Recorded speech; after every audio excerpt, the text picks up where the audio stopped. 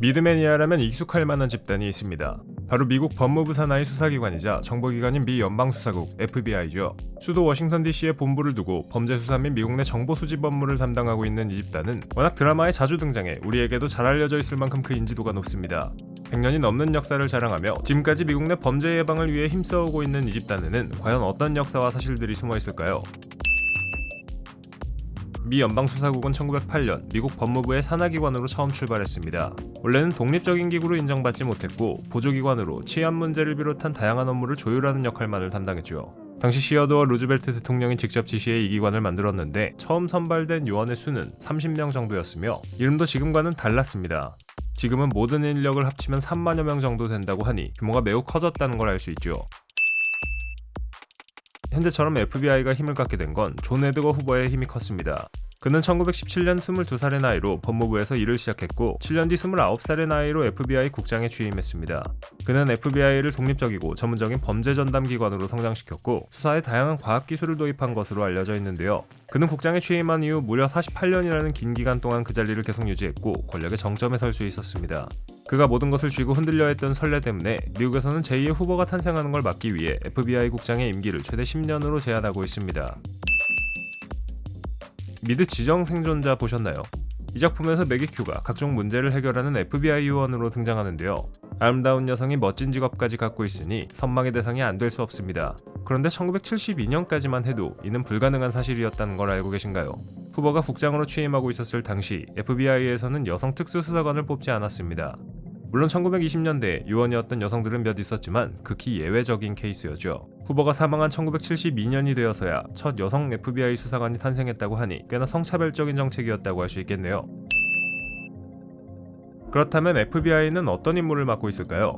미국 내에서 일어나는 각종 대형 사건들에 대해 수사하며 정보를 수집합니다. 중요한 건 미국 내에서 임무를 맡는다는 건데 2차 대전 당시 나치 간첩들을 색출해 처형한 것과 같이 국내에서 문제가 있을 때는 항상 FBI가 개입합니다. CIA가 해외 정보를 수집하는 기관인 것과 비교하면 그 차이를 명확히 이해할 수 있을 겁니다.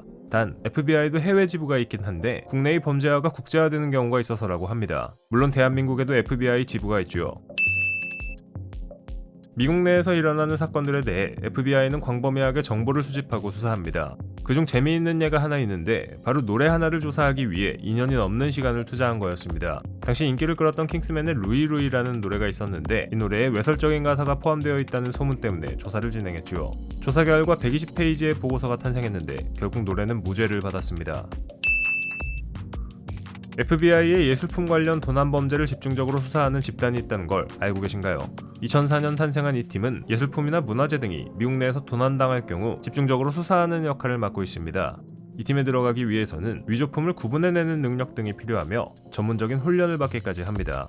2018년까지 이들이 되찾은 예술품의 가치만 해도 약 1753억 원 정도의 가치를 지니며 그 중에는 렘브란트, 피카소, 마티스 같은 유명 화가의 작품들도 있죠. 영화를 보면 경호원들이 우리나라나 미국 대통령을 은어로 부르는 걸 볼 수 있습니다. 이런 은어는 FBI에도 존재하는데요.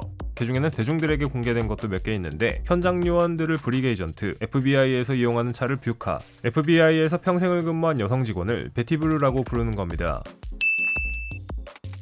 범죄와 관련된 수사 혹은 정보 수집에 자주 등장하는 게 있습니다. 바로 도청이죠.